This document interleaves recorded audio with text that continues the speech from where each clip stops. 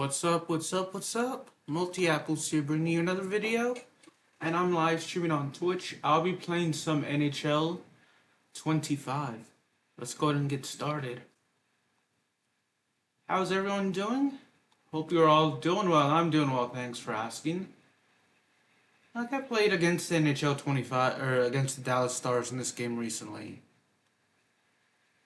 Could be wrong though, but feels like I did.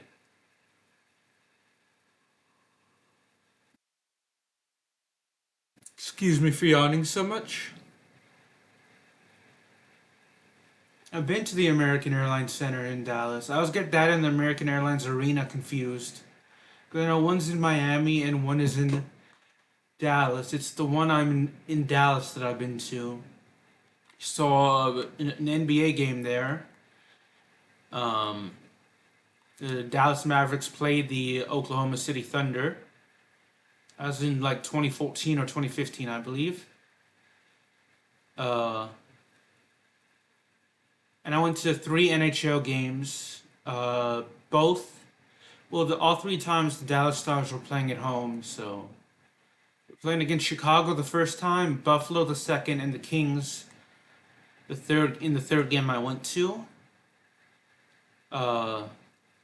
I went to the when they played the Kings, Los Angeles Kings. I was there. That was this year, but the other 2 were I think against Chicago was in 2013, 2014-ish, and against Buffalo that was in 2022, I think. 2022 or 2023, one of those years. And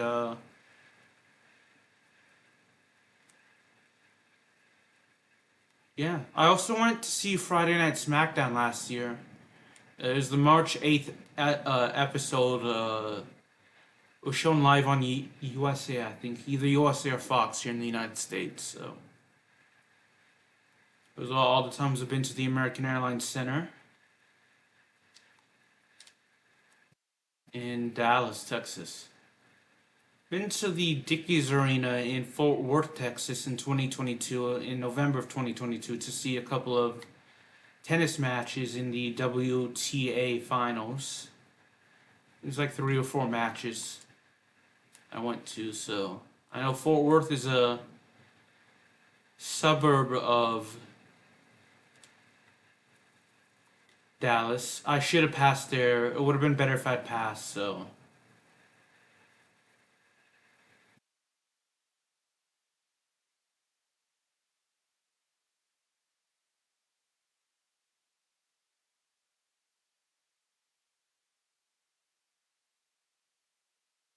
And I've been to Cowboys Stadium in Arlington, Texas as well in 2013 to see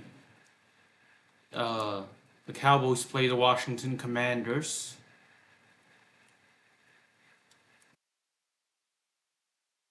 And in 2022 or 2021, I went to see the Houston Texans play the New York Jets at NRG Stadium as well. I went to 2 NFL games. Those are basically all the sporting events I've been to in Texas.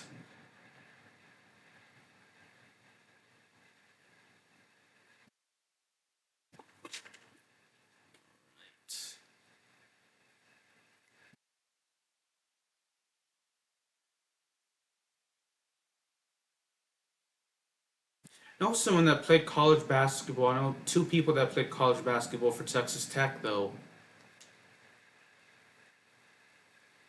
One played 4 years, the other played 2 years before transferring to the University of Arkansas.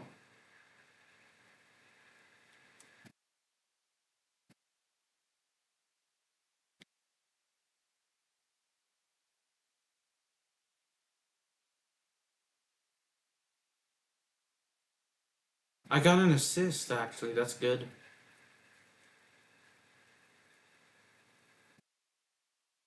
Lassie Thompson, the defender, scored for us. It's 1-0 now. 2-0, actually. 2-0.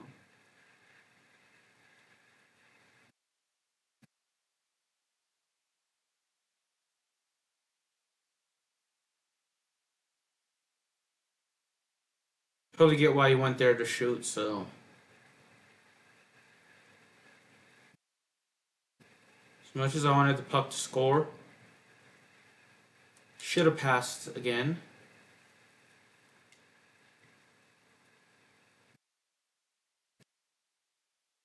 Yeah, I'm not going to stop putting on the pressure in their zone.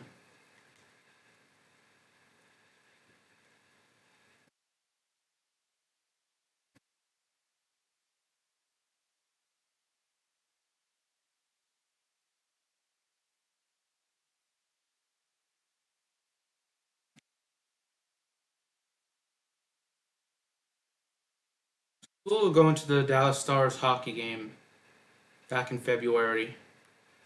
So score there. I have some drinks. We have some Monster Energy Zero Ultra. What the heck happened there? Something happened with my camera. Monster Energy Ultra. Have some Coca-Cola Zero Sugar. And some Coca-Cola Zero Sugar in can form. It's the Monster Energy I haven't had in a long time, like over maybe like a decade and a half. I haven't had it like 17, 18 years, I think, so.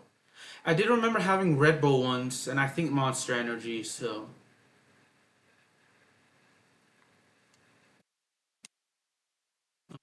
I know sodas and energy drinks aren't exactly the healthiest drinks for you, so.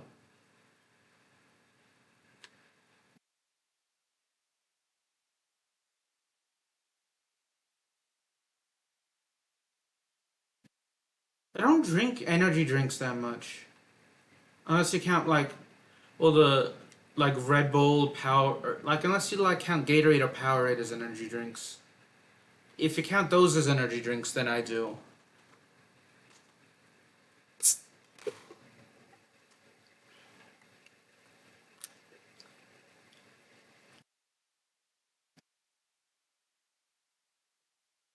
But drinks like Monster Energy and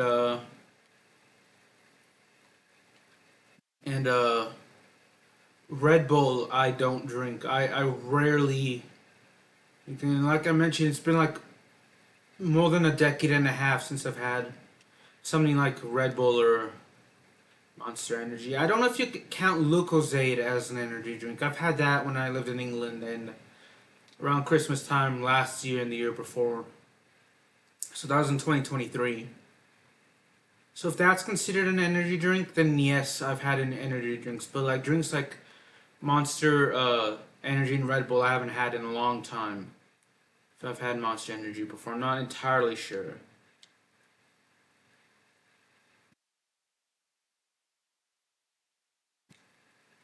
Well, the Stanley Cup playoffs have started, so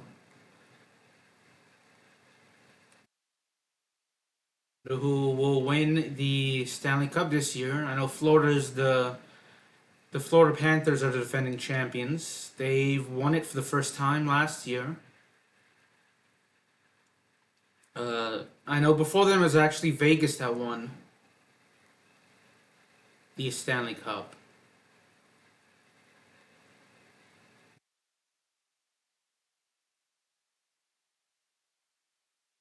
And for the first time as well.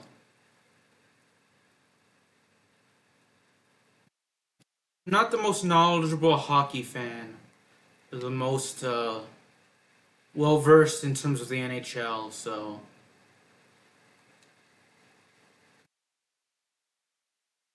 I do know some of the penalties. Like I know fighting is a penalty. I know like where tripping and like if you have your stick too high or delay. So, excuse me. I do know what icing is. But in terms of all the penalties, I'm sure I don't know all of them. So it's time for me to hop off to the bench.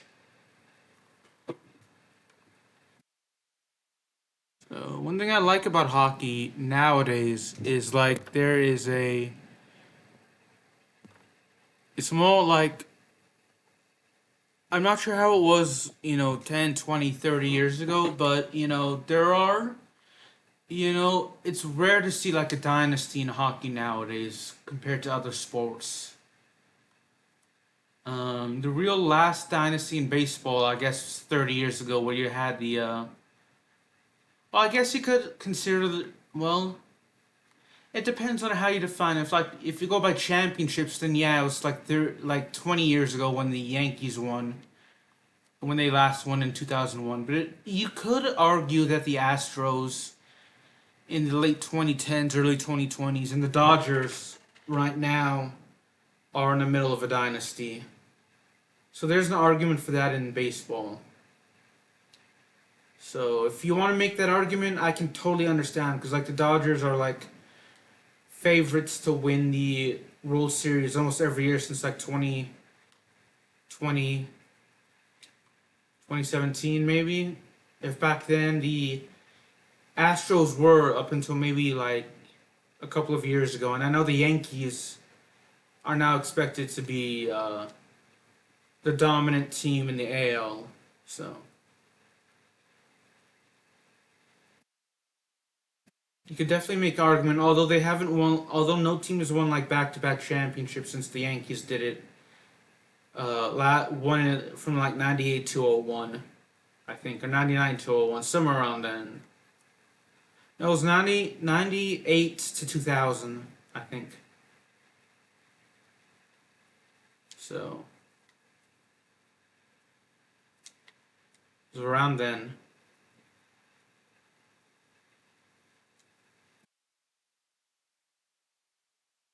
Not quite 30 years ago, but by the end of the decade, it will mark 30 years since their dynasty had started. So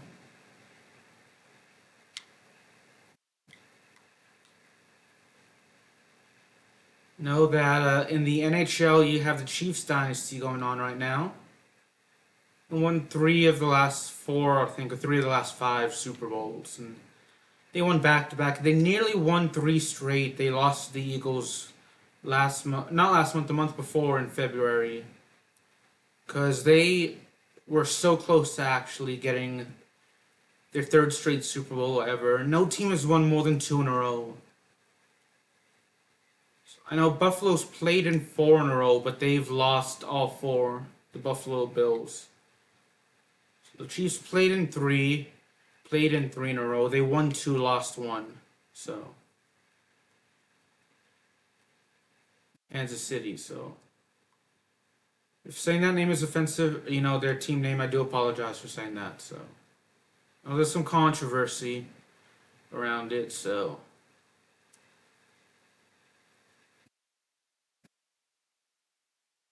and then before the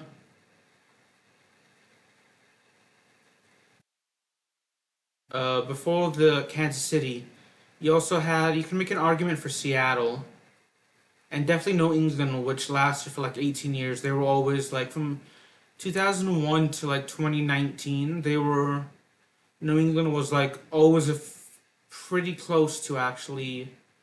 You'd expect New England to get close to the Super Bowl or play in it, even if you didn't expect them to win. They were always amongst the like top four or five teams to be favorite to win the Super Bowl. At least at the beginning of the season. So I know, like 2008, after that first game, they weren't really expected to win when Tom Brady became injured, but they were a dynasty for like 18 years.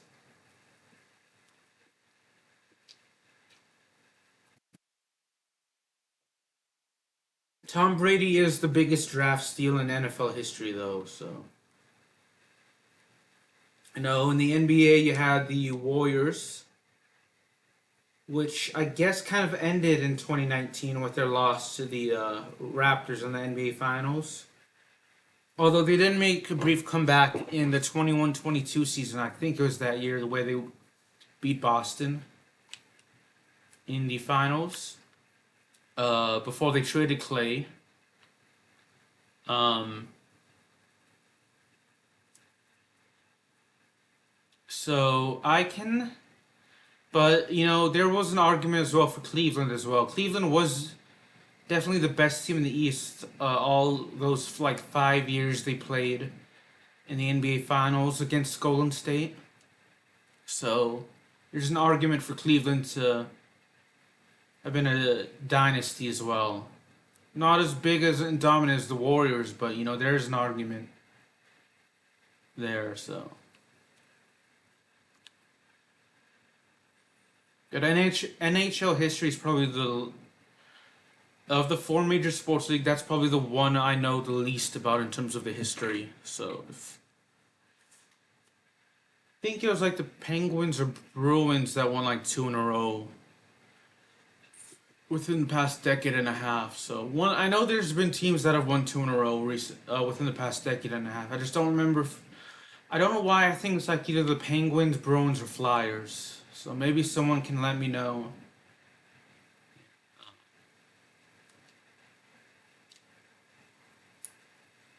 When the last dynasty was, and the last team to win two in a row for the Stanley Cup.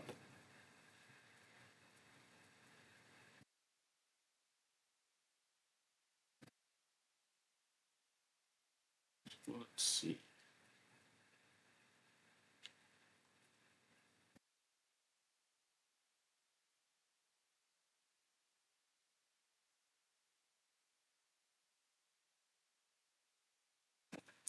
If I ever do say anything offensive, I do apologize.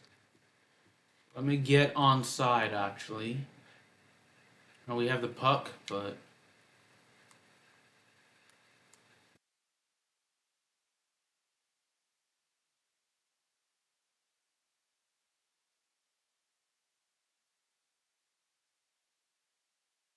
So, yeah.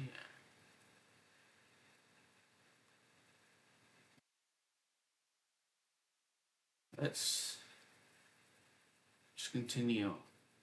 But Seattle's probably my favorite team, but I guess I wouldn't say I'm not a Dallas Stars fan just because I've been to their games the most.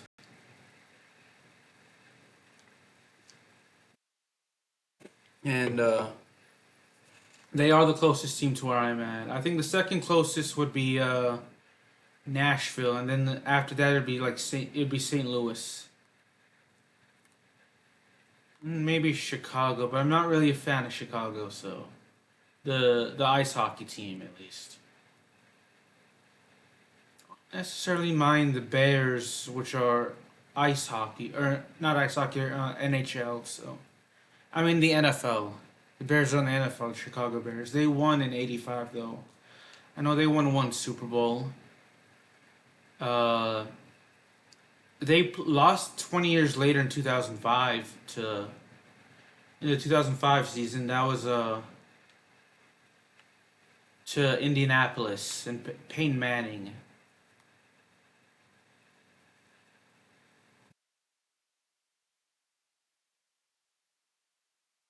Peyton Manning's 2-1 in the Super Bowl, I think, because I know he lost, or maybe 2-2. I remember him losing to Seattle, and he's 2-2, I think, because I know he lost to the Seahawks and the Saints, and he beat the Bears and the what else did he beat? He also beat the Seahawks, I think. I think he lost to the Seahawks. No, he beat the Panthers actually. So what's fascinating is both times Peyton Manning lost in the Super Bowl is to teams winning their first Super Bowl in that specific match that he lost. Each time he lost, so it's quite fascinating. Is that when he lost to the Saints for the first time in the Super Bowl, it was New Orleans' first Super Bowl. When he lost to Seattle, it was New Orleans' first Super Bowl win. When he lost to Seattle in the Super Bowl, it was Seattle's first Super Bowl win. Now, it was also New Orleans Saints' first Super Bowl appearance, but it was Seattle's second. Seattle lost after the 2005 season to Pittsburgh, I vaguely remember the ending of that game, and I remember them talking about Jerome Bettis after that game. So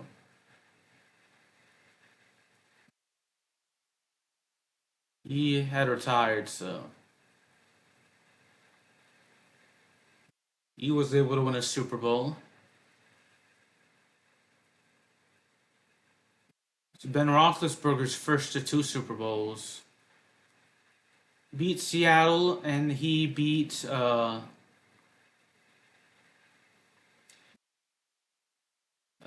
did he beat? I want to say he beat Aaron Rodgers and the Packers. I know he played Aaron Rodgers and the Packers in the Super Bowl, but I don't remember if he won or lost that.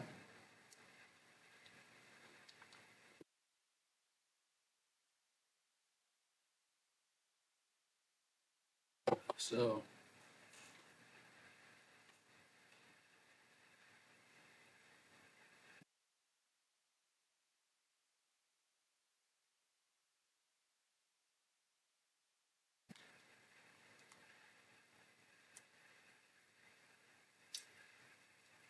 ironically, had Peyton Manning lost to Carolina, he played against the Panthers in the Super Bowl. Had he lost to Carolina, it would have also been the Carolina Panthers' first Super Bowl win as well. But he beat them, so Carolina has yet to win a Super Bowl. So hopefully they will, but excuse me, not. Sure, they had a good quarterback for a while with Cam, but I think that with him, their main issue was like the offensive line when he played there. So, being a dual threat quarterback, you also will take a lot of hits because if you can throw very well, obviously that's one thing because you can throw the ball before getting hit. But if you like being chased by a lineman or linebacker, you'll definitely run for some yards, if not for a first down, and that means you're gonna get tackled if you get run past the line of scrimmage. So you're gonna be taking a lot more hits than I think non-dual threat quarterbacks usually would. But you know, as a player, he's a phenomenal player, but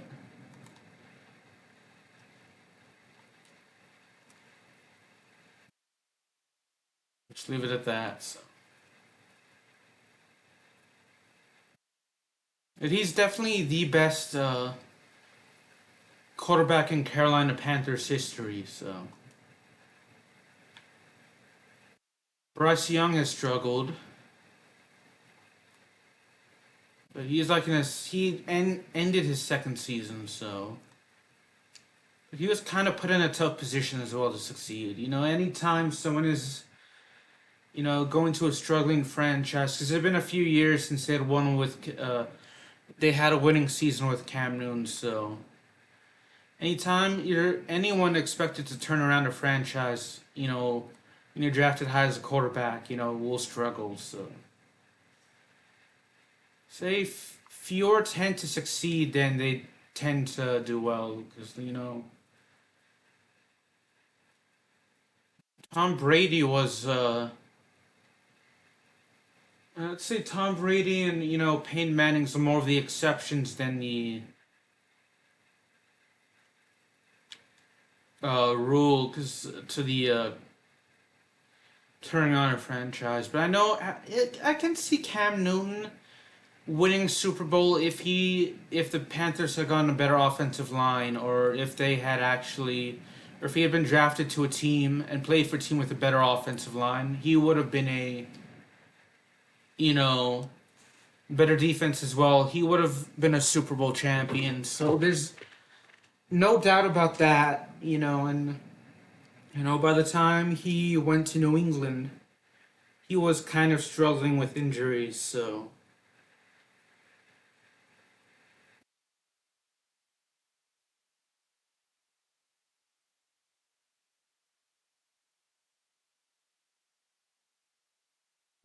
can't really fault him for struggling with injuries because no one would no reasonable person would turn down that kind of life changing money and not try to be the best in the best shape of their life. I mean, I can see how just staying active and working out to an extent can prevent injuries, but at the same time, sometimes it's just a bad luck of the draw where you just just a freak accident, or no one intends to get injured, is what I'm trying to say. No one intends to work hard and work out, and train their body, be well at a sport, turn a lot of money, and they'll just to get injured. So no one. I'm not saying that he didn't take care of himself properly, but American football is a tough sport, so you know for anyone to not struggle with injuries is kind of amazing in my opinion.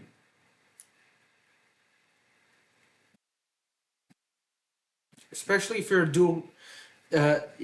dual threat quarterback like Cam Newton or Lamar Jackson, I kind of expect them to struggle with injuries more than a non dual threat quarterback. So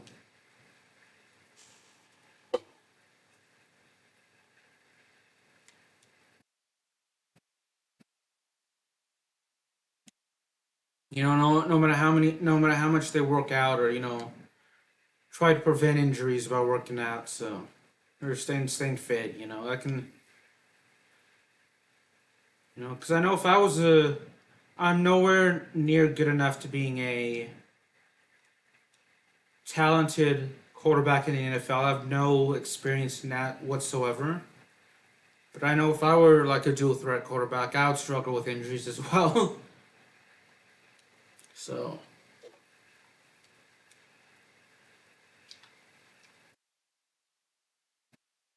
we had 8 goals in that game, 1 assist. So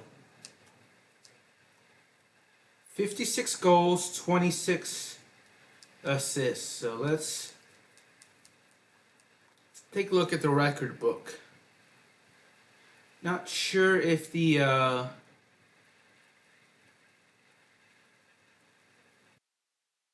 how well y'all can see this, but at least for goals in a single season, I set the record for Ottawa Senators with 121 goals. Sure, Tim Stutzel, if I'm pronouncing his name correctly, practically gave me uh, all of those assists. I helped him out. There, I know I have the most points in a single season for Ottawa, so that's pretty cool. So, yeah.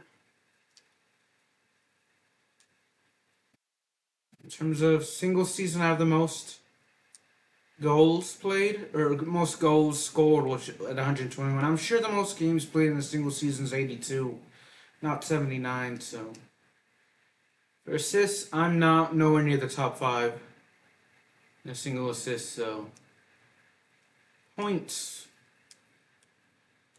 at 182 that year, so that was 17 shy of fifth place actually for a single season. So if my math is correct, I should have like 82 points, which it is. So it is a rare occasion where my math is correct. Growing up, I was not very good at math. I was not very good at math. I was good at spelling. I was never really good at like punctuation. Like I know where to put the sentences, but I always struggled with putting like commas. And in terms of English, I always struggled with putting my ideas onto paper. If you give me like a word limit for like an essay or something, I would really struggle with that. But it's the punctuation part I would struggle with in the English. The spelling part I wouldn't. I was pretty decent at spelling, and I was pretty good at history. It's terrible at math. Some sciences I struggled, other sciences I enjoyed. There were some sciences I struggled with, but I enjoyed it at the same time. I know I didn't take geology classes in high school. I didn't take my first geology class until university when I was studying, but I actually um,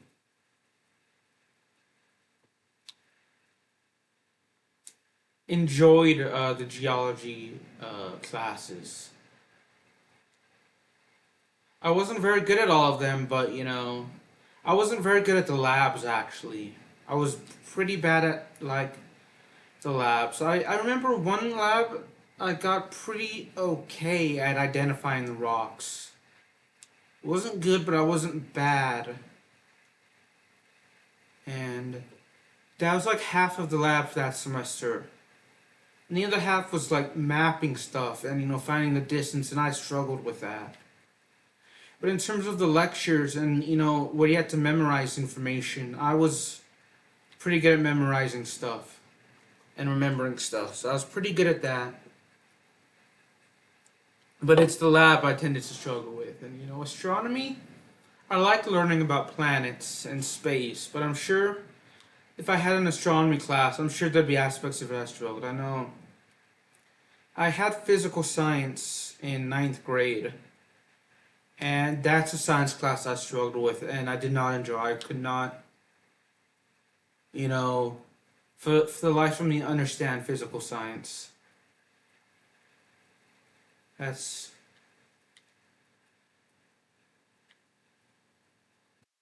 I enjoyed it, for the geology lab. I did not enjoy the mapping, but I tried my best. The physical science, I did not enjoy at all, and I just gave up on that easily. So I struggled with that. So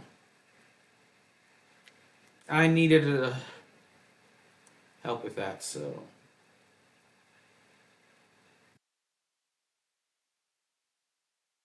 there are classes like chemistry and physics. In terms of maybe memorizing the information, so the easy stuff I could. If it's memorizing information, I'm pretty good at that.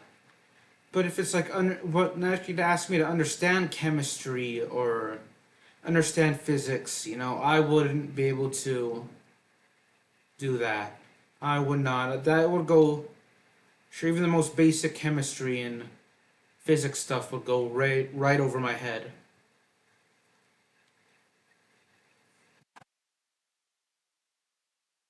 I loved history. I was very good at remembering dates and figures and information about history. That's probably my favorite subject. And geography I loved as well.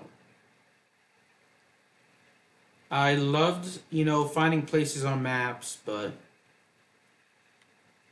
don't ask me to look up a place on a map and ask me like how's the distance from point A to point B, and ask me to use a ruler and convert 1 centimeter to like 5,000 miles. I would struggle with that. Anything involving math and mapping, I would is way over my head. So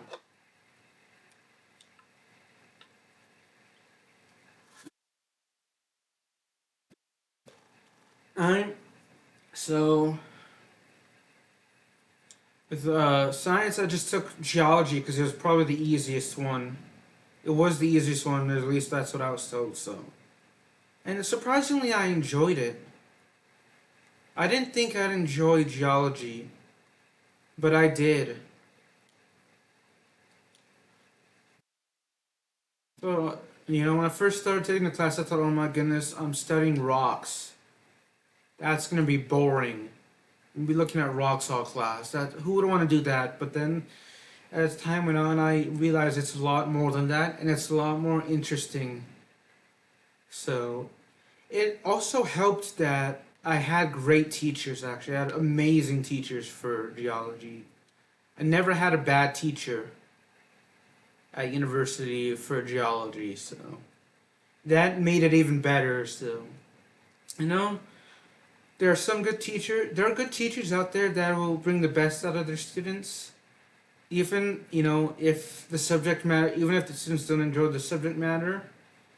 I've had good teachers that, at least teachers I thought were good, and in subjects I didn't like, but I enjoyed the subject more than I would have, if I had a teacher I didn't like. I remember in university I had all my math classes in university I had teachers I liked, and that made me enjoy math even more. And it wasn't, it's not that I get frustrated by math, as an adult when I was in university. It's just I wasn't very good at it. So I've had teachers in middle school and high school in subjects I liked and hated, and they just weren't good teachers. Not, I just, uh, you know, I remember one year I just wasn't a good student, so that was more about me than them, and they tried to get the best out of me, but I just wouldn't listen, so that was more about me, That was for a couple of years actually. That was more about me as a person than them as a teacher, but I've had teachers where I've had in subjects that I was okay with and I didn't mind, but I wasn't good at, but I just tuned out because they weren't very good at teaching. Well, I guess say they weren't very good at teaching. Teaching is hard. It's just that, they were.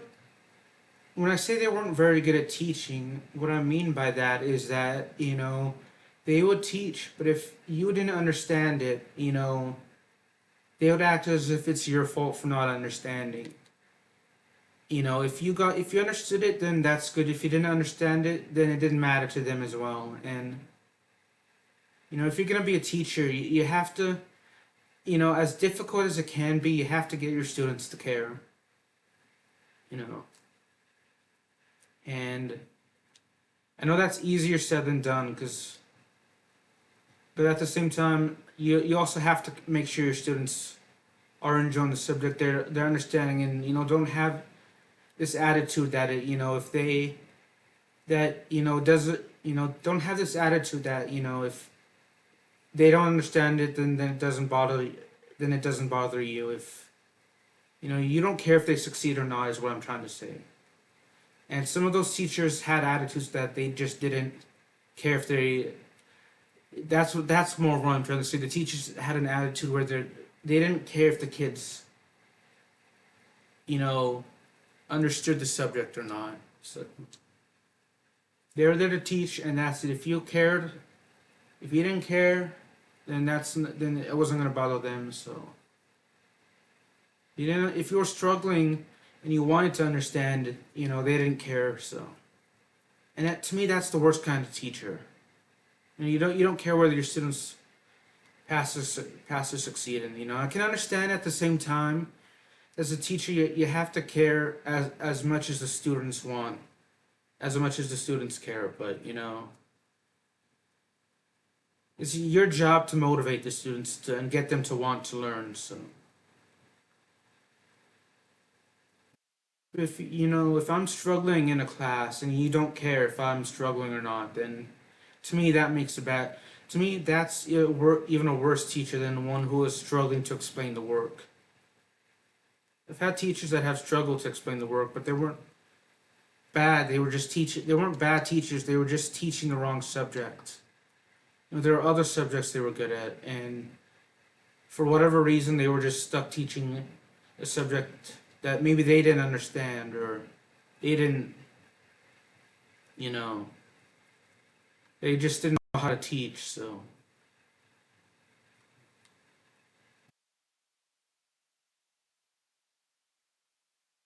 but I've also had really good teachers that made me care about subjects I normally wouldn't care about, or I normally wouldn't have liked. Like, as I mentioned, the geology teachers made geology interesting and fun. It was frustrating at times, but that's more of me not understand. That was more of me not understanding the work rather than them. The one good thing about the geology teachers I had is that I was the at least I was a good student in middle school, and I was a good student in elementary school. It's high school. I kind of slacked off, and I wasn't the best student. But in college, I was. I was a good student as well. At least I tried to be. So I know in geology in my geology classes, I was practically talking to the teachers the entire class because at least with the labs where it's more practical, I would struggle with the more practical aspect of geology, and I was practically if I wasn't talking to the teacher, I was practically talking to the teacher's aide, and if I wasn't talking to the teacher's aide, I was talking to someone who knew, who actually understood the work, because I know that I struggled at the practical aspects. So it involved like I remember identifying rocks, and there were like different ways to identify rocks. You know, like you could like take a coin on and just not break the rock, but sort of like rub it against the rock, and the way it reacted to it, or you'd pour something on the rock, and it would react to it, and you could tell. I don't remember it now, but this type of rock. But if depending on the way it reacted to what you do with the rock, you could tell what kind of rock that was, and that's what I enjoyed. But it's like then the other part was like mapping. It's like you have to map a certain area, and I mentioned I struggle with math. It's kind of hard to explain because I kind of don't remember it.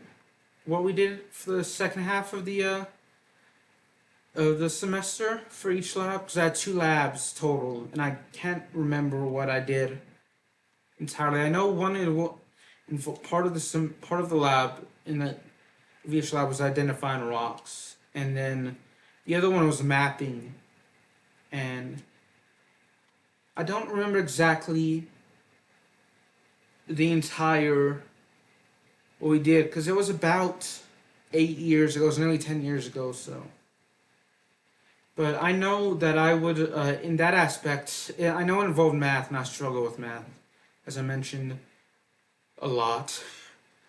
I the math aspect I would struggle with, and graphing I would struggle with, and so if it's like once I got the hung once I understood how to, identify the rocks, I was pretty decent at that. I wasn't the best at it, but I wasn't the worst either. I wasn't. I wouldn't say I was the best at the in the class, but I wasn't worse. I was average at it. I was like an average student in that aspect. I was an average student in that regard. But as someone who struggled with science overall, I would say I was pretty good at it. But compared to the other students, I was more or less average at it. So,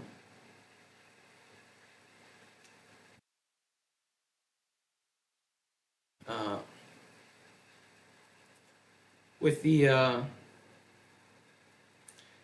lecture part of it, where we have to memorize stuff, and what like ignominy, something like that. They're like the multiple kinds of rocks, how they were formed, plate tectonics, stuff like that. The more information part, I was pretty good at figuring out a way to what helped me learn the information and what helped me to remember the information. And I could, by the end of the semester, I knew what it went over like the back of my hand. So I know that, as a study tip, what helped me is that whatever we went through in class that was in the slides or the textbooks, um, or what was went over in class or any of the reading, if it was going to be on the test, it's best to make note cards of it. And well, I say it worked for me to make physical note cards. And I would sit down for about an hour or two and memorize a certain amount of note cards each day for the information before each test. So,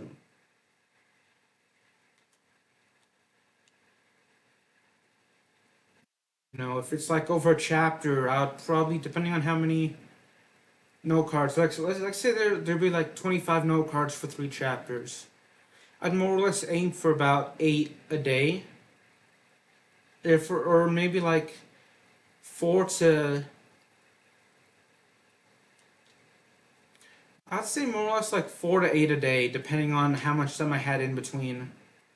You know, what we went over in the test. So history, I love learning about history, and I love reading history books and like watching historical videos on YouTube and documentaries. So it's like what we went over in history class, I already knew. In so I didn't really need to. So I think I finished it with like a B in that class, like a high B. So I could have actually got with an A. I could have actually, if I had tried, I could have gotten an A. So it was like a high B, low A that I finished in my history classes. So that's the one subject I was good at, because I know in terms of subjects, I know everyone's good at least one subject. So for me, it was happened to be history, and then I love geography as well. Geography. I loved PE, but I wasn't very athletic or very talented at that. Remember in middle school we played dodgeball. I loved playing dodgeball.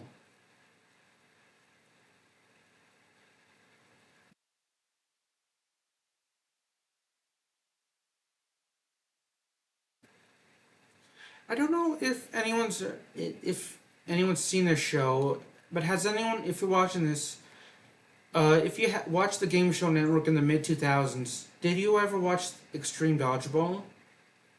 It ran for like from 2004 to 2005, and it ran for 3 seasons.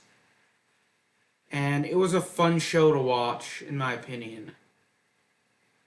And it was actually made by the same company that made Dodgeball: A True Underdog Story. I think it was made because of that show, actually, because of that movie, actually. And it was a very fun show. It ran for 3 seasons. If you have Pluto, last time I checked, it was on Pluto. I remember during the pandemic, I watched the first season again, so I'd love to like. Next time I'm probably gonna binge a show. That'd probably be the show, because I watched Endurance as well during the pandemic, and that was on Discovery Kids. That was a more of a reality TV game show. It was Extreme Dodgeball was more of a competition, so to speak, and that was on the Game Show Network. So I know the humor, at least from what I remember of the first season, and from what I do remember in the next 2 seasons, is I do know the humor wouldn't isn't as politically correct as it is today. So if you're more sensitive that to that kind of stuff, I'd say just give it a pass. But the humor is not for like the more politically correct crowds.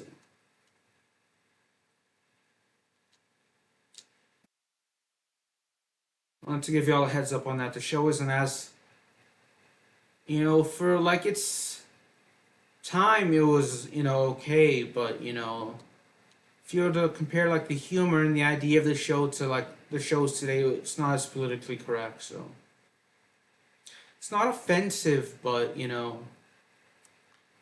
mean, there are a few things in there that can be considered offensive, but the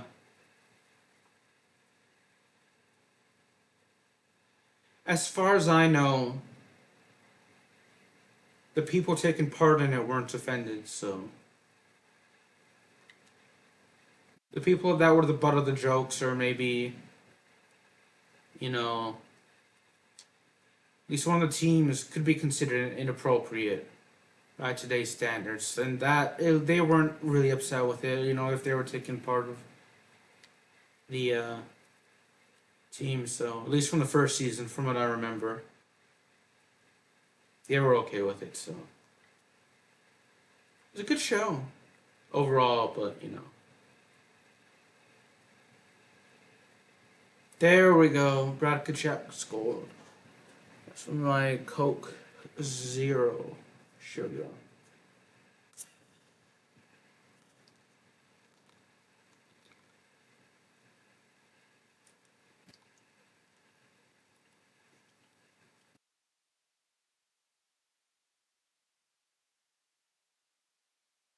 So yeah, just a heads up if you're easily offended, it's probably a show you should skip. And it's not exactly a kid's show either. Unlike other game shows where you can watch as a whole family, I'd say like it's appropriate for like teenagers, but anything younger like 13, 14, maybe, depending on maturity age of the teenager, would be good. But anything younger would be a bit inappropriate. So it would be inappropriate. So,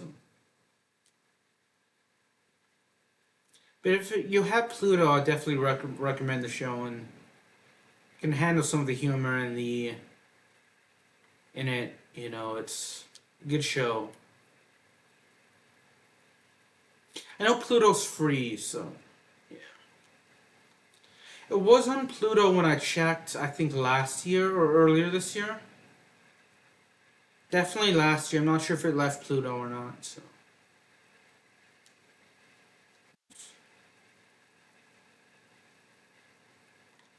Remember also Lingo.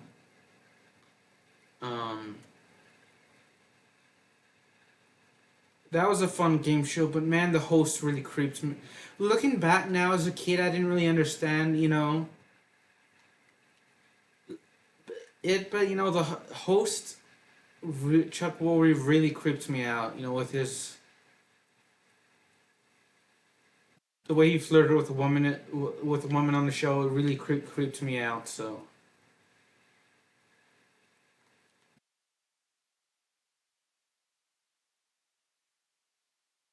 there's Friend or Foe, which had Kennedy as the host. Not the biggest fan of her, but the concept of Friend or Foe, and the show was pretty interesting. It was essentially, you had like six people on the show, and the plot twist is the point of the show is basically each team, all six contestants were divided into three teams of two, and basically they all had basically, I'm not sure how true each thing was, but they were all said that the host said they had done something pretty terrible. Whether it's not anything like murder or anything, but like maybe like they cheated on a partner, or maybe they stole some money, or kept some money from like they stole money from their family, or as a kid, or they kept money from their ex or something like that, or maybe they took extra money home from work or something, that sort of stuff. And while they did, the point is to make them more make them more untrustworthy than they actually are. And so basically, three people would choose the partners from the other remaining three people. So you have like three teams of two. And I think after each round, a team would be eliminated. And with the money, basically they were trapped in this like room, so to speak. Each team was trapped in a room where they couldn't hear the other teams. And they were asked a set amount of questions. And for every question they get right, they would earn some money. And the team with the lowest amount was eliminated at the end of each round. So, basically, at the end of each round, with the money they have, they would essentially have to argue to the eliminated team. Each member of the team would have to argue as to why you should trust them, and they would put it to a vote. The team of two would put it to a vote, where if both members voted for friend, they would split the money they'd won in half. If one person voted friend and one voted foe, the person that voted foe would actually gain the money, and the person that voted friend would actually leave with nothing. And the person that voted foe would leave with all the money. Whereas if they both voted foe, neither of them would leave with any money. So you'd have to get as much money, you'd have to get as many questions as right as possible, and then, convince the person to trust you, with like reality TV, the backstories may not be entirely. The game itself wasn't rigged, but the backstory, you also have to be skeptical in reality TV. So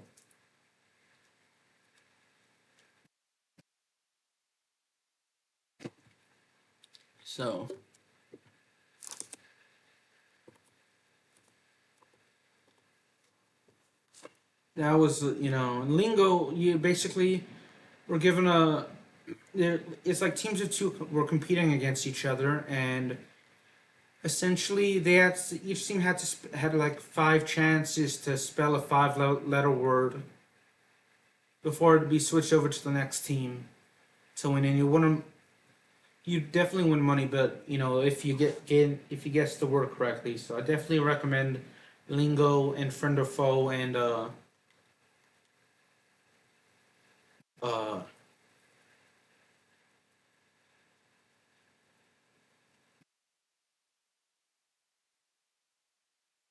Dream Dodgeball and Endurance. So another game show network show was Russian Roulette, and that was a trivia show where you had basically you had a host standing in the middle of the set, and he had like 6 little drop zones, and each person standing on a trap door. You had 4 people playing in six total trap doors. 4 were standing on 4 of the 6 trap doors, and basically you had to what you could do is the host would ask a question, and he would ask one person if he wanted to, basically the players after basically the host would ask a person if they want to answer the question or if they want to challenge someone for the see if they know the answer to the question. And basically if you get the question wrong, you know the amount of trapdoors that would be unlocked in the game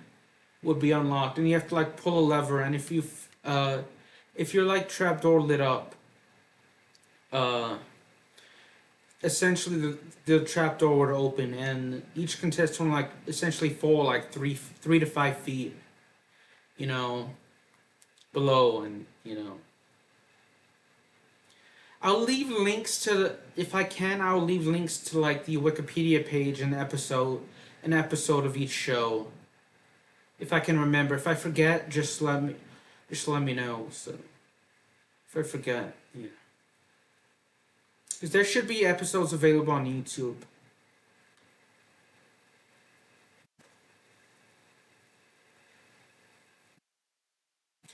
Whammy, the all new Press Your Luck and Press Your Luck were good shows as well. I know Press Your Luck aired on basically it was reruns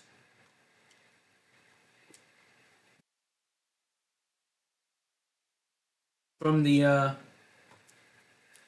80s. And I remember watching a documentary about Press Your Luck because one of these contestants was named Michael Larson, and he won like $100,000 off of the show. And I think it was NBC or CBS that aired the show, but one of those two studios had to actually had actually accused him of cheating, and they wanted to actually find a way to prevent him from paying him like all the money. He won like more than $100,000 in total in cash and prizes, and what he did was kind of genius.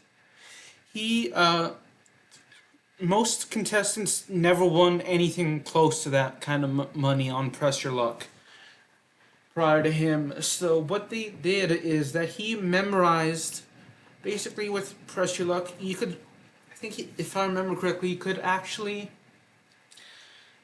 you'd have to answer questions to determine the number of spins you have. And each spin, after the trivia portion of the show, you'd be able to use your spin, so to speak, and you would actually be able to get a chance to actually earn prizes or money. Like I think one prize could be like maybe like I'm just making it up, maybe like a new car or a TV or an all expenses paid trip to Puerto Rico, or another prize would be like $500 or $1,000, $100. But if like you get a whammy, if I remember correctly, if you land on the whammy, you'd like lose everything, or you'd lose all your turns, or you lose all the prizes and money you want, and you lose all your turns. So I think there are like maybe like 4 or 8 patterns of board sets used for for Press Your Luck prior to Michael Larson entering the show, and due to him being an unemployed truck or ice cream driver at the time, he actually had all the time to actually sit down, and he became obsessed with the show and memorized all the patterns and memorized where each prize and where each whammy would be. So he managed to get on the show, and actually that's how he was able to win so much money, because $100,000, roughly $100,000, isn't a lot of money to win on a game show today. But back in like the 70s or 80s, that was considered a lot of money. So he was able to memorize all the patterns. And I forget which television company in the U.S. owned and broadcasted it, but they looked through all the rules to see if they could actually not pay him, because they thought that he had cheated. But instead he memorized all the patterns that they created for each board, and figured out where all the prizes would be. Because I think the way it was set up was that the hold on like the prizes and the prizes would actually move around on the board, and they would be changed each time. But there was like a set amount of patterns, like say, there's like 8 square. I'm just making it up. There are like 8 squares, but he would memorize when each pattern would come up, and there were like maybe like 4 different patterns for those 8 squares. If that makes any sense, it's kind of hard for me to explain, but there's a very ingenious way to actually for him to actually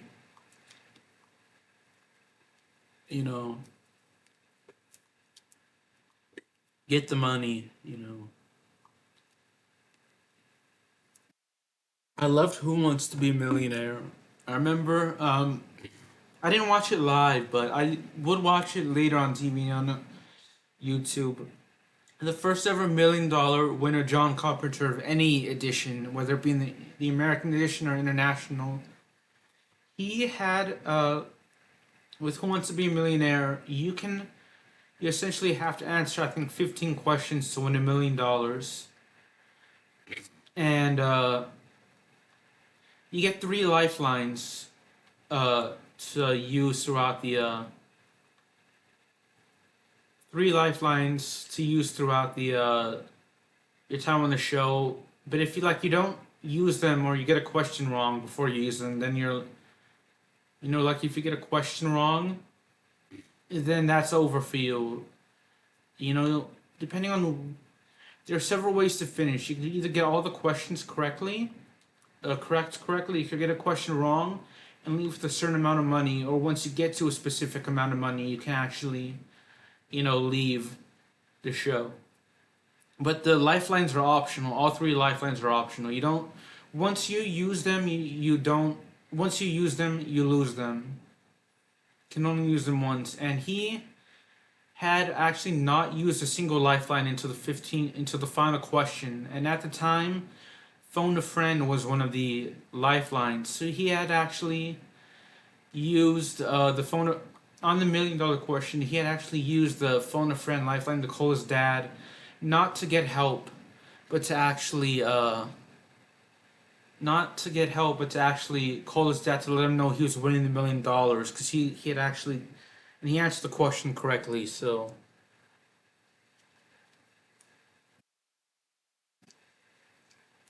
again, if I can find all the links, if I can find a link of an episode to like Lingo, Endurance, Extreme Dodgeball, Press Your Luck, the Michael Larson scandal, and the John Carpenter episode. If I can find them on the YouTube and Extreme Dodgeball, if I can find a link to at least one episode on YouTube, I will link it in my comment section. It'll probably be the pinned comment. Me make a note of it.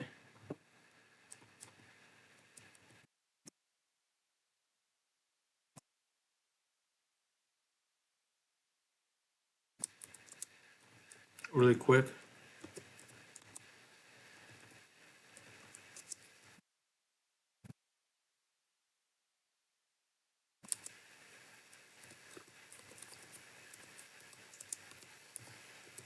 And Russian Roulette, the game show.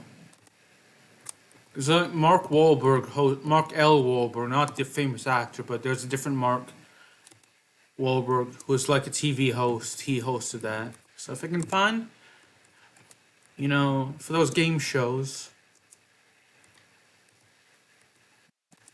I will link it down below if I can find like a full episode. So the only one I know for certain that are still up there are like the basically is Endurance, and I think like three of the 6 seasons are uploaded in their entirety. And last time I checked, the uploader was in the progress of completing season 4. So at least in terms of uploading that. So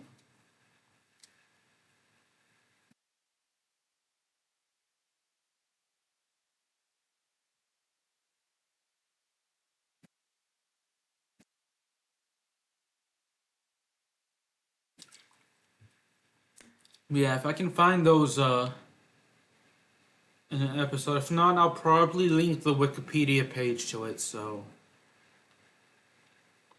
because I know Game Show Network owns the copyright to most of those shows that I mentioned, but I'm not I know I've seen Extreme Dodgeball on Pluto, and Pluto is free in the United States.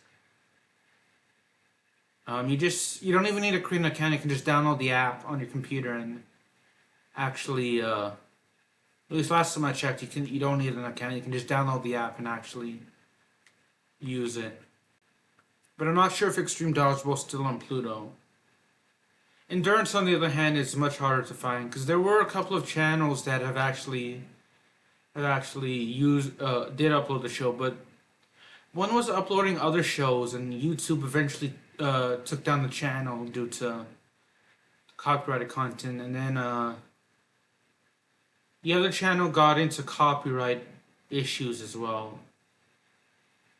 And there's a Google Drive for all 6 seasons, though. If I can't find if I can't find the episodes to it, I can find the Google Drive to Endurance. Because I know Endurance is kind of an obscure, kids TV show. It's like ran for 6 years, but not every kid watched it, and it's a good show though. But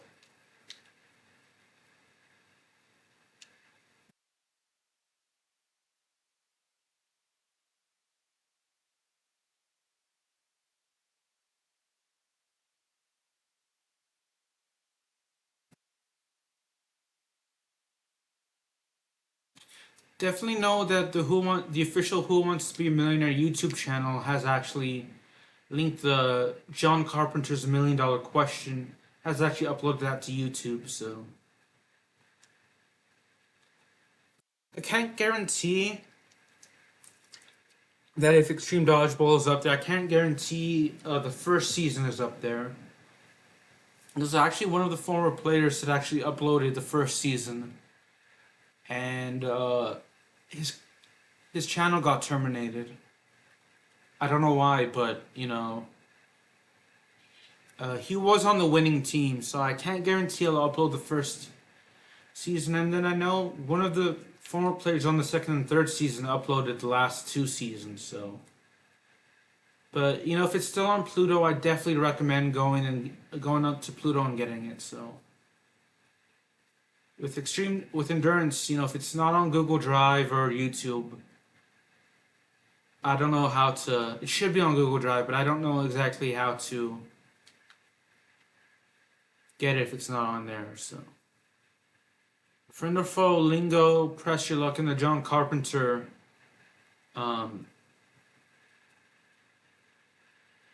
The remaining TV shows in Russian Roulette and Friend or Foe, they're channels that have uploaded episodes, but they have all. I'm sure there've been channels that have gone that have uploaded episodes of the show that have gone taken down due to copyright issues. So, because you're technically not allowed to upload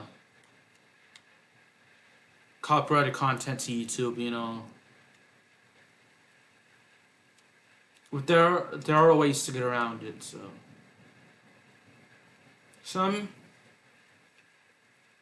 some companies are really strict on enforcing that. Others aren't so much. But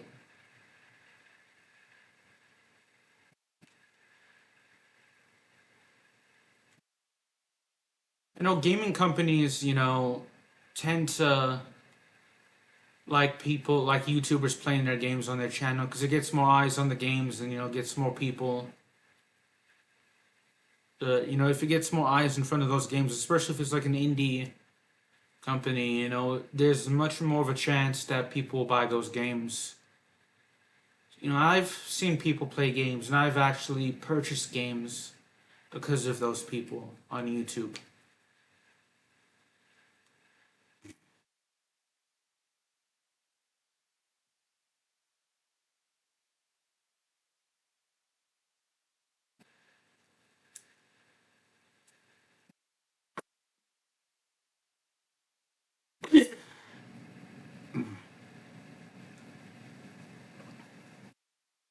Say, a lot of the sports games I played as a kid or as a teenager, and a lot of the PS2 games I played as kids, but the sports games I kind of started playing,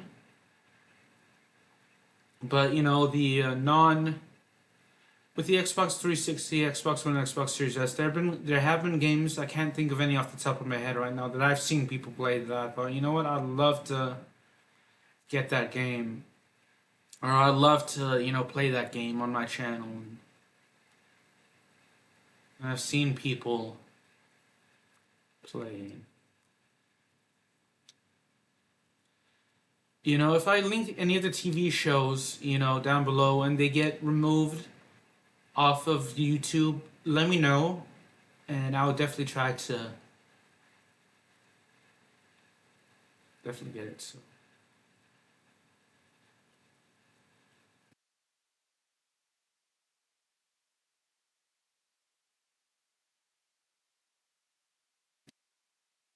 We nearly scored there.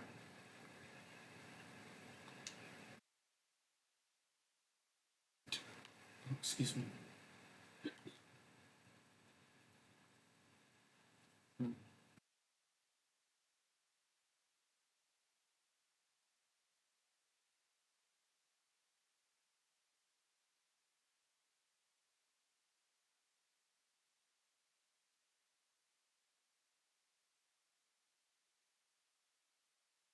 Forget how I've been talking for over an hour. I forget how I started talking about games and the shows I watched as a kid. other shows I watch. So I will definitely be linking. I think it'll be easier for me to link the Wikipedia pages to describe each game show than it is for the show. So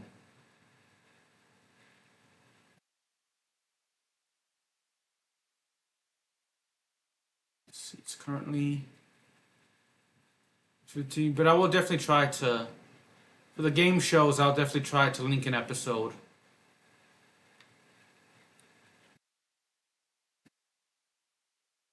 But any other show I might not. So oh, one show there are two shows I loved as a few shows I loved as kids, but like the 2003 Teenage Mutant Ninja Turtle series I loved. That was on Nickelodeon. I loved that as a kid. Uh, Gosh, I think it was Raphael or Michelangelo, whichever one was like the one with the orange bandana I liked the most as a kid. Can't remember his name, but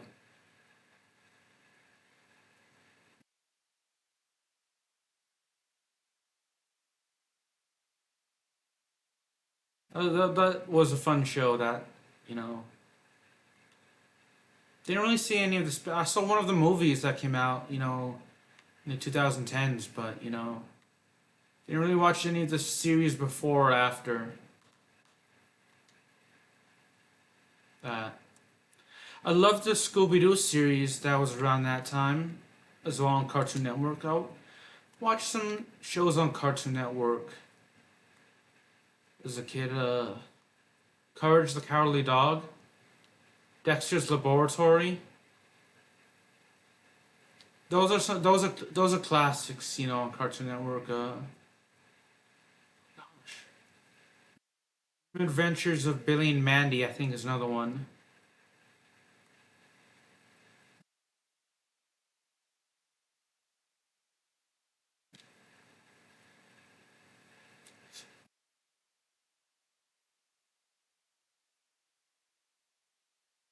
Sure, there are other,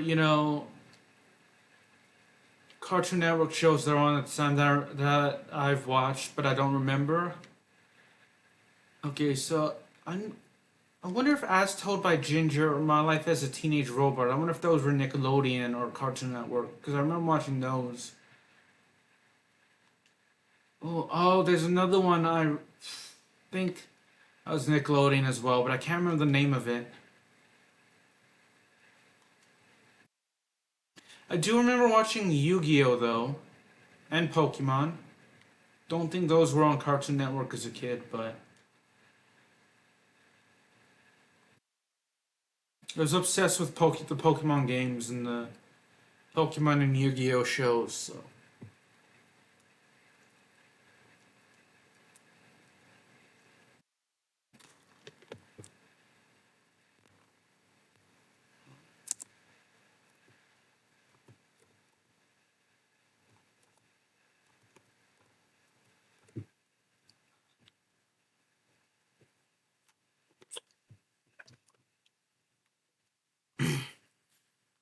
Rugrats was a classic a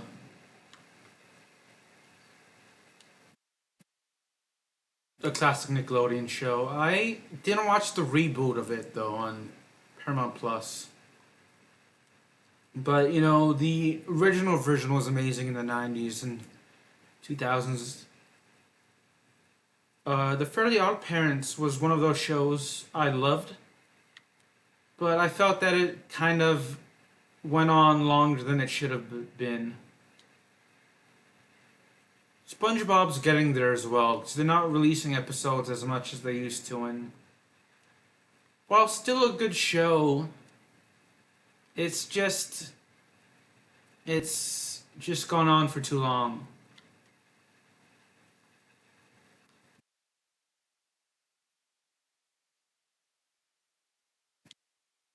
You can see why it's with the Fairly Odd Parents, it's more so. I think it went on like until 2017 was when the last episode was released, and I guess its humor, just didn't age as well as SpongeBob's did. The animation style, could still work today. But it's like the humor, I guess, just didn't age as well as, for me at least, it was funny, but I don't really see how it aged. I can see how it wouldn't age like a general audience compared to now, but I loved Disney shows, Nickelodeon shows as a kid, but I lost interest in Disney or not Disney. I lost interest in Nickelodeon because all the shows that I got invested in, they would like cancel after like a season or two. And all the shows I would want to watch, you know, I just that would interest me. I just didn't bother watching because I never know if they were gonna get canceled after like a season or two. Because like their cartoons, like I mentioned, The Fairly Odd Parents was amazing in its prime. Um, SpongeBob's amazing. You had iCarly, and then, but it's like after like the early to after like the Victorious era, and iCarly. After that sort of era, the shows were like hit or miss for me. I'm not ashamed to say I do like watching kids shows. I like watching adult shows. If it's entertaining, I'll watch it. It doesn't matter if it's like if I'm the target audience or not. So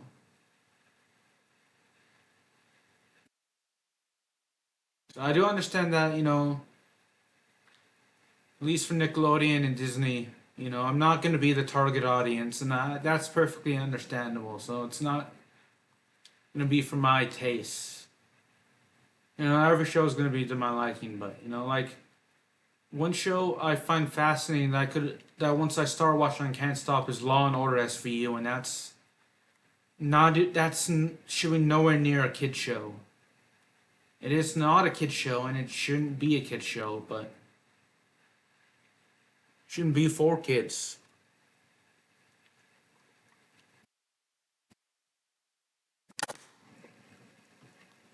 But that's one show. If I watched a ton of game shows as a kid, but again, they canceled all the game shows I liked as a kid, and they just didn't replace the game shows I liked with ones of equal or better quality, in my opinion, on the Game Show Network. So I just stopped watching the Game Show Network, and now it's just reruns of shows that have ended that never watched to begin with. So the Game Show Network's a general audience, so but there were some good shows in the latter half of the 2010s on Nickelodeon. I liked. I never saw Every Which Way, but Wits Academy I did like the spin-off. And oh gosh, Side Hustle, I seen bits and pieces of it, and That Girl Lele, and I did like that. So I don't. But to be fair, I even back then I didn't really know for the past 8 years. I don't really watch much TV. I'm being honest.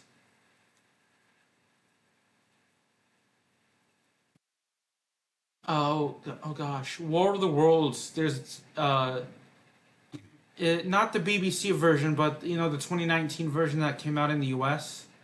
That wasn't the BBC version. I thoroughly enjoyed. So I've like in terms of TV shows, I have like a wide taste. So it was very good. The 2019. I'm watching Invasion on Apple TV Plus. I've watched I think at least 2 or 3 episodes of it, and that's a good show.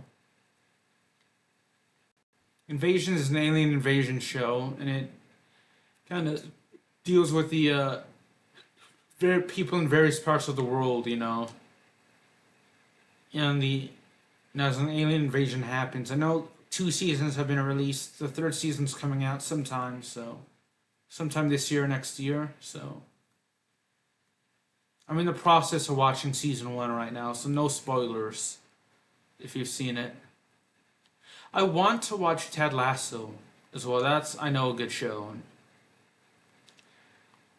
Show I, a show I found interesting that was very controversial as a teen is Beyond Scared Straight.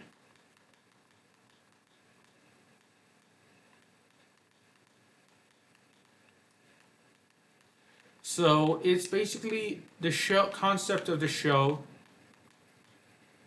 is that these at-risk teens would get basically live not live they'd get a tour of a jail to show what it's like as to see what jail is like and like where they'd be heading if they don't change their ways. But the reason it's controversial is that there have been studies I haven't read the studies, but at least when I at least on the Wikipedia page, the it says that studies have been done on beyond on the Scared Straight programs, and those programs don't work.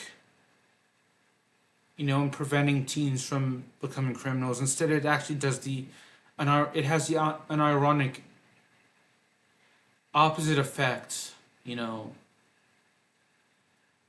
So basically, it's basically takes teens, that are committing crimes or you know self-proclaimed gang members. Whether they're gang members or not is another story. But they're called at risk because they're at risk of committing crimes. And becoming criminals. And the Scared Straight is supposed to program in theory is supposed to take them on a jail program and show them, you know, what life is like in a prison in their area, and its effectiveness is what's controversial. I definitely the most controversial. I think one of the most controversial. So, then there's Undercover Boss. So Undercover Boss is where like these employees, these basically the owners or like CEOs of companies, very high profile companies, will go like undercover and work as like employee low level employees of their business, and they'd have to go through like maybe like a day or a week of being like a low level employee of their business. And depending on their on the how they did, and the people that work for them could be promoted or hired, or I don't know, there's like some kind of like reward or punishment for like what the employee did for the owners, like how they treated the employee. Like they'd be under the supervision of an employee, someone that worked for them, but they were undercover in their own business. Like let's say I'm running a grocery store. I'm an owner of a grocery store, of a national grocery store. I would then go undercover as as like a maybe like a grocer, doing various jobs in one grocery store. You know, I would discuss what the my supervisors did, and if that makes any sense. I don't know. I'm not explaining it very well.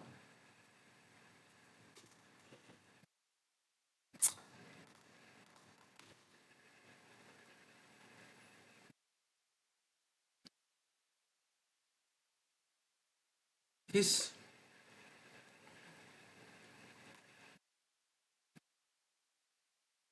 he's kind of like juice, actually.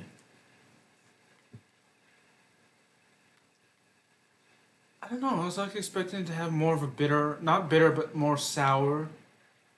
Not necessarily a sour taste, but I wasn't expecting to enjoy it as much as the Monster Energy as much as I am. I do enjoy it, so it's been a long, long time. Like I'd not remember the taste of Monster Energy. I was not expecting to actually enjoy it like I. It tastes kind of like juice, but like artificial juice, if that makes any sense. Like if you've ever had like orange, like natural orange juice with like artificial sweetener, it'd be like that.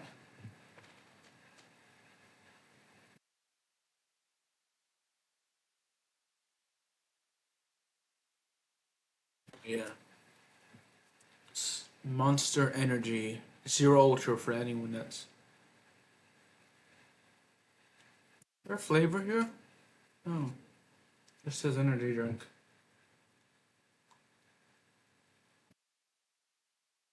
I'm gonna set it down now and actually continue playing the ice hockey game. So, yeah.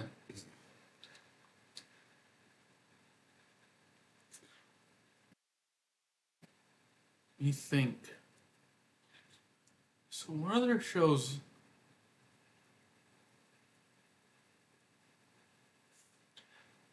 Oh gosh. I had a younger sibling, and I have a younger sibling, still do, but uh, remember when we were younger, we used to share the same TV, and there were some shows we liked that we'd watch together, but then there would be shows that I liked, that shows and movies that they liked that I liked that my younger sibling would hate, and then there'd be shows that they hate or they like that I hated. That would be sitting down because just to have like the noise on or something noisy on.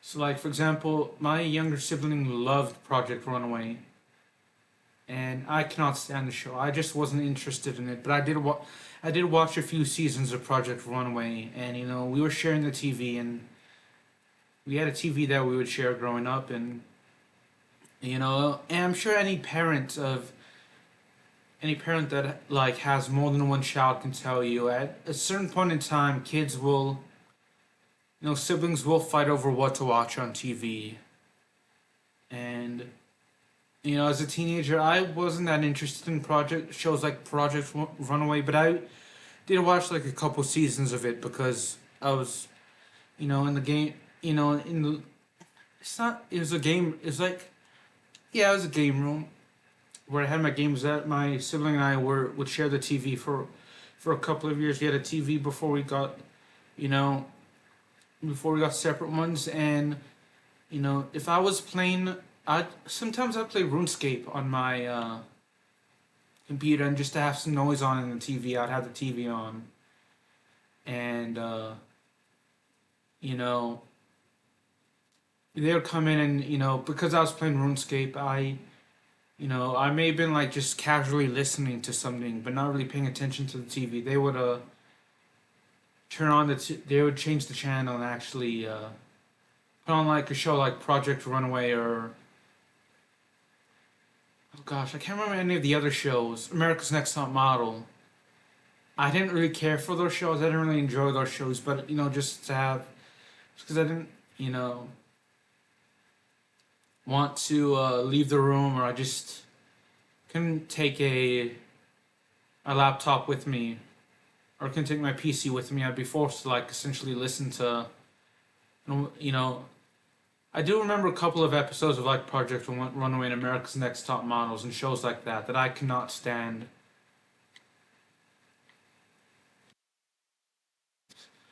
Just remember Tyra Banks casually losing it on people and going off on people and just acting, yelling at contestants on like America's Next Top Model for like no reason at all, other than just to just for drama. I just remember that. So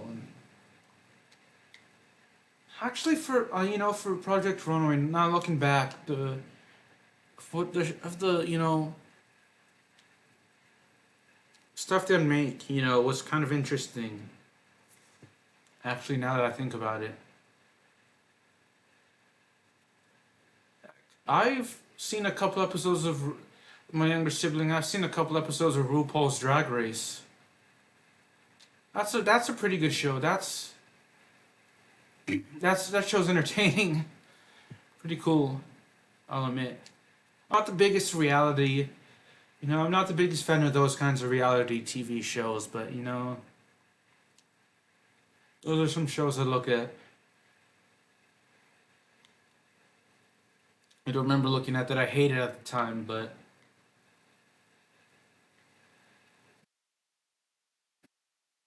I remember as a teen, other than like Disney, Nickelodeon, I would love to look at like sports shows, and I still do. But I mean, like if I look at TV, it's like I look at like Law and Order SVU. I haven't seen Law and Order Criminal Intent or any of the other organized crime. I want to see Law and Order Organized Crime with Christopher Maloney because he's really good. Like Law and Order SVU is well written and well acted. It's one of those shows that if you start watching, in my opinion, if you start watching, you really can't stop watching. I watched, with my sibling a few seasons of NCIS actually. I didn't. That's not as good as Law and Order SVU, but it's not bad. It's not a show I'd actively go out of my way to watch, but Law and Order SVU is one I will. Dark Side of the Ring I would watch. I need to finish season 5 and 6 actually.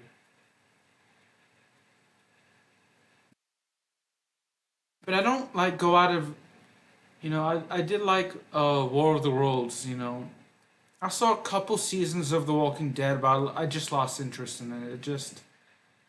I know people liked it, but I just lost interest. It's like when the good guys get more morally, and when all of the good guys get like more as morally ambiguous as they did, I just kind of lost interest in it. So,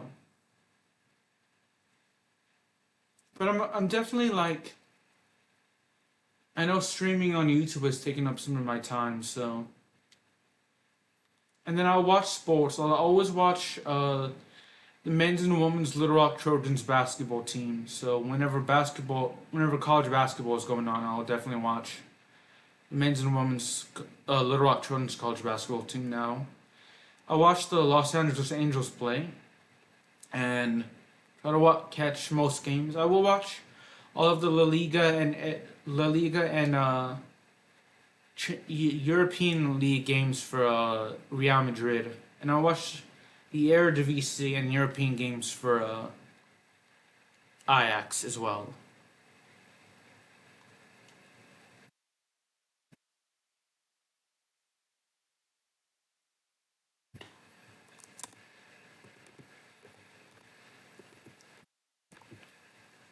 So yeah, those are like the. I mainly watch sports now.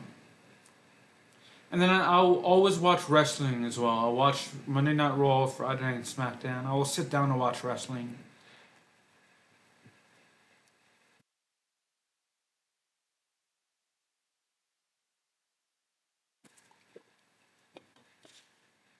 When I say it tastes like, kind of like pineapple juice. I've had pineapple juice before.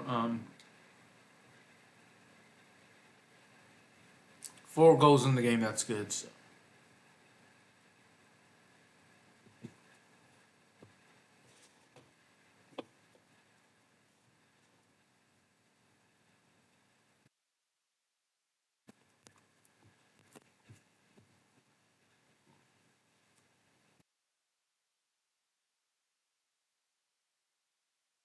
Don't really, at least, in terms of like, that's the calories and ingredients, but it makes no sense to me, so.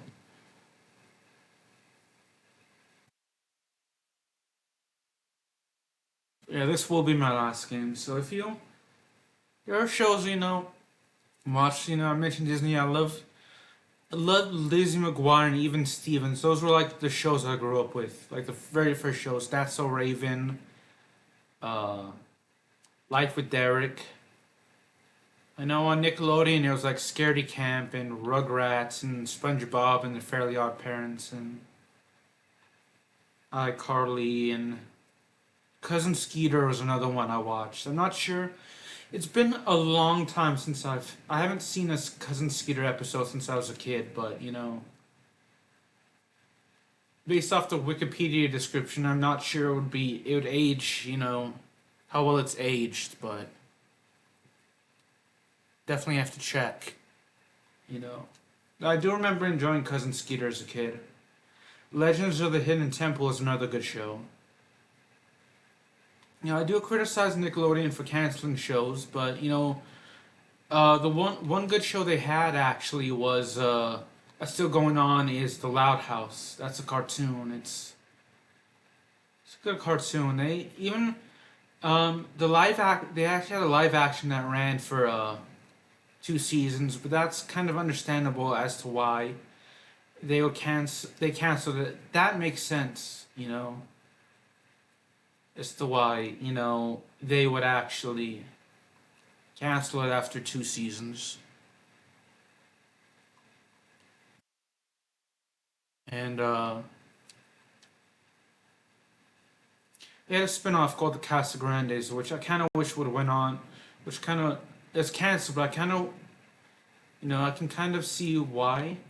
You know, I kind of wish kind of wish it was still going on because that was a good show as well. But so if they can, find voice actors for like some of the characters, like I know in cartoons, they'll sometimes have like adults play kids. They'll do a good job, but I know for Lincoln Loud, they'll have like kids.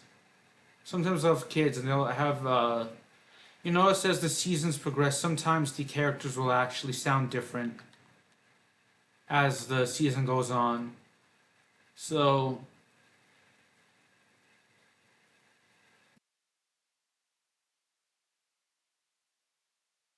you can kind of see why, in that sense, some of the it was canceled, but I can see the argument for it going on as well. So if you like, for those of you that what TV shows did you like as a kid?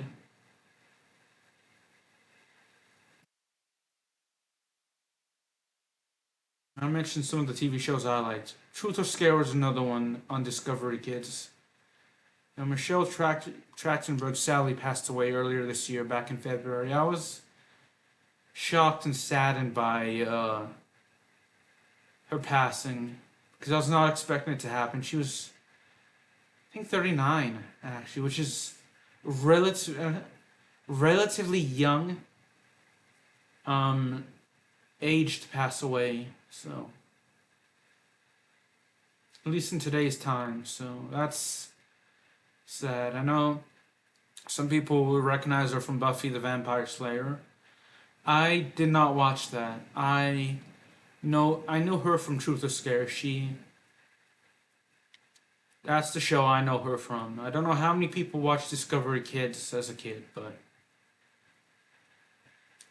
it's like if the people I talk to, I'm the only one that really knows. I'm one of the few people nowadays that knows any of the Discovery Kids shows.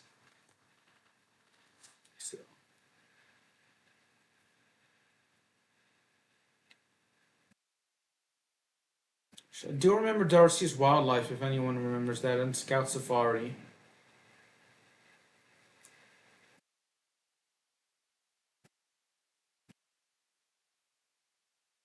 Mystery Hunters was another good show.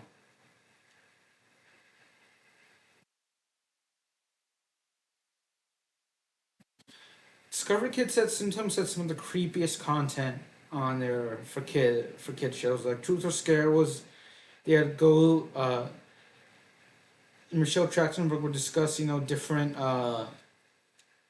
would host a show and they would cover like different mysteries. Like one episode they may discover like Bigfoot. They may discuss Bigfoot. Another one they may discuss like ghosts. Another one maybe like the Phoenix Lights and the UFOs. Then he had Mystery Hunters, which discussed other creepy content as well. So, Scaredy Camp was Disney, or not Disney, it was Nickelodeon, but you had kids basically investigating a haunted camp. Not sure if it was actually haunted or not, but I do remember that show. Go back and I remember Nick News at Night or something like that. That was another good show.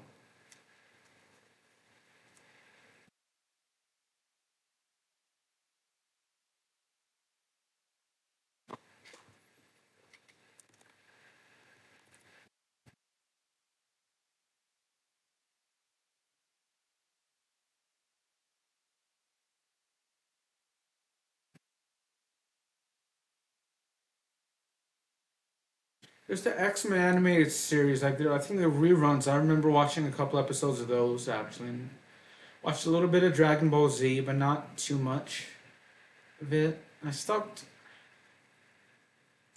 watching it as a kid, and I never really I saw bits and pieces of Digimon, but I never really watched Digimon. I did like Pokemon and Yu-Gi-Oh, as I mentioned. Those are like the two main animes I watched.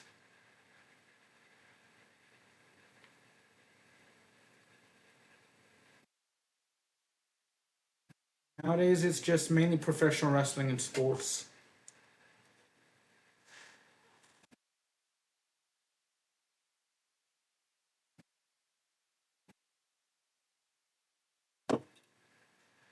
And there are a couple of shows I'll watch here and there. Law and Order, SVU. I haven't watched that in a while, but Dark Side of the Ring and its spin-offs. I'm not watching, but I've seen one episode of Dark Side of the '90s and a couple of episodes of Dark Side of Football, but not the entire season. So yet.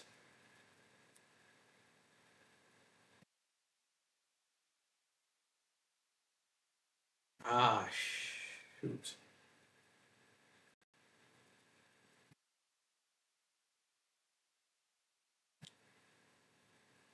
Nearing the end of the second period.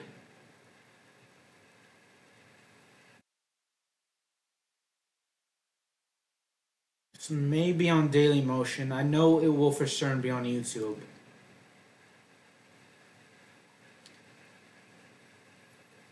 Depending on how long this period and the next one go, the rest of this period and the third period goes, because this will be my last game of the video. Ah, shoot.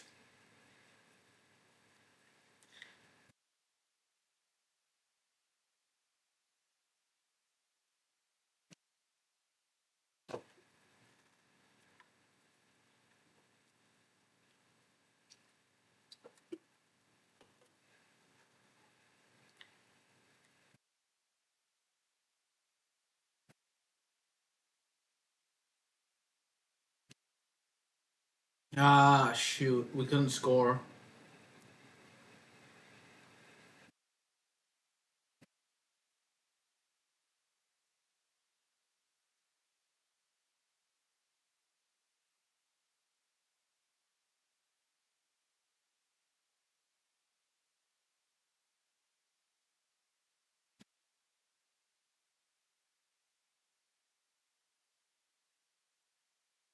Not going to be a big hit there, so.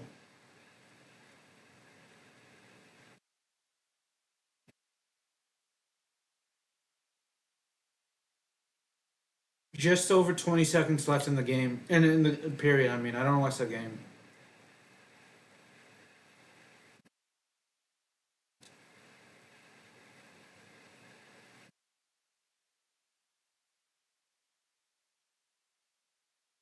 I did see the first season of Squid Game, but I want to see the second one. I haven't seen the second one yet.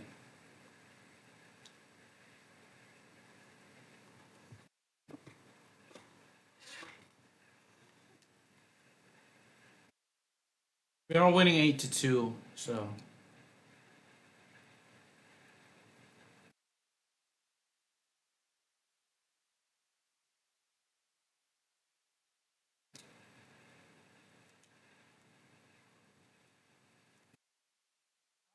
I thought that was going to go in. I really did think that was going to go in, but then the goalie saved it. Made a phenomenal save.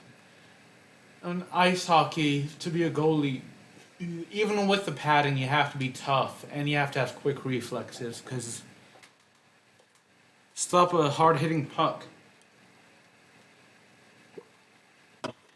I'm sure it wouldn't be easy. Sure, score wouldn't be easy either. Both defending and scoring must be difficult, but you have to have quick reflexes to. I know it sounds contradictory, but you know, to shoot and to be a goalie, you have to have quick reflexes. Actually, I'd imagine.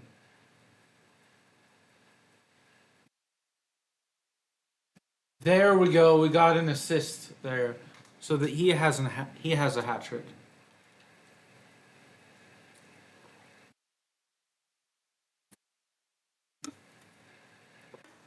Right. And then we scored again. Our team scored again. Gosh. The air conditioning's on and I'm starting to get a bit cold now.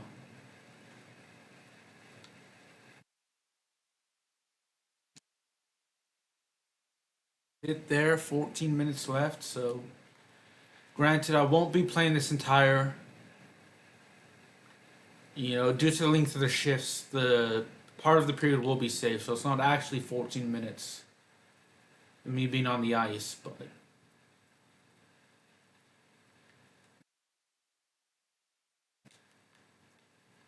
ah, close.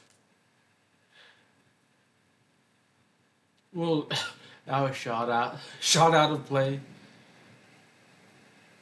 I know they do in real life, but because hopefully the net's really strong in real life because I would not like to get hit in a puck, even with all the padding that NHL players have. I still wouldn't like to get hit with an ice hockey puck, but for that to come flying at you fast, you know, must not be easy.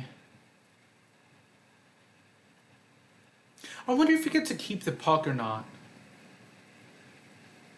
I know because in baseball you do get to keep the ball if it goes out of play. I know in soccer you don't get to keep the ball. Basketball you don't get to keep the ball, so I wonder if it's like you get to keep, if it's like baseball you get to keep the ball, or if it's like basketball and soccer where you don't. Because I know they use a puck,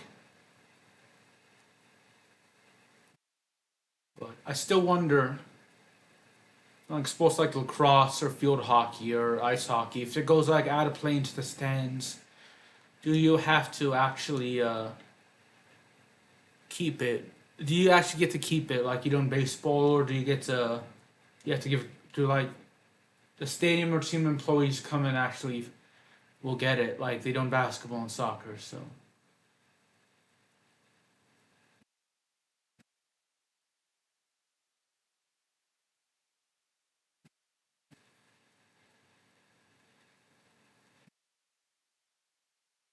oh shoot.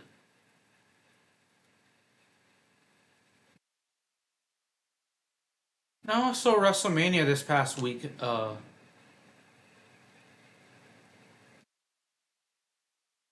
That was uh that was a good show. I love WrestleMania. But Raw after WrestleMania was good. Not as many shocking returns or debuts as I thought there would be, but just one return and then turn, one person turning on their tag team partner and title change. I'm not gonna spoil it for anyone who hasn't seen it yet, but it's a bit shocking. The turn and the return as well. So I know I do have viewers that do watch Raw, but they're not Raw and SmackDown, but they're not entirely caught up on everything on the weekly TV shows at least. So, but I do know they watched WrestleMania. So if you did watch WrestleMania, what did you think of it? I'm not at all surprised that John Cena won his world title at 17th world title. I guess I don't know if everyone's seen it, so I really shouldn't spoil it. So I should wait for a little while. So sorry if you haven't seen it for spoiling the main event of night two.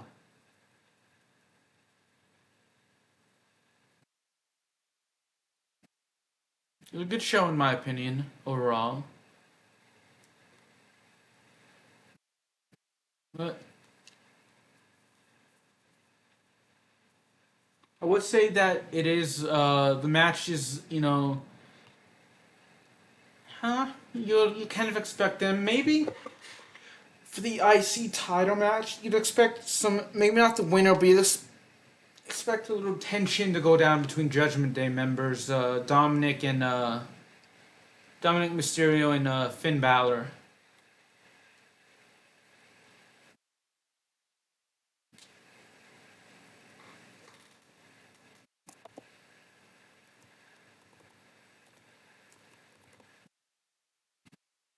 Okay, do I have to come? Oh, okay. So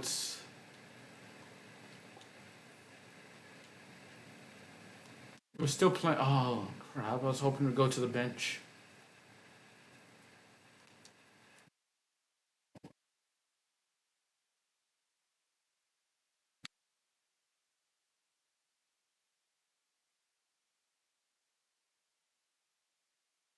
Hopefully the clock won't stop for the final 4 seconds, 4 to 5 seconds. Oh, and just 3/10 of a second. Really, you're gonna stop the clock on that? It's not like they can score 9 goals in that amount of time, and then you're gonna take us off. Really?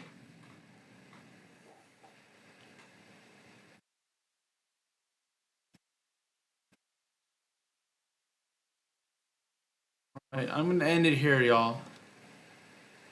Let the video run for a couple seconds longer, but I'm ending the stream on YouTube, so.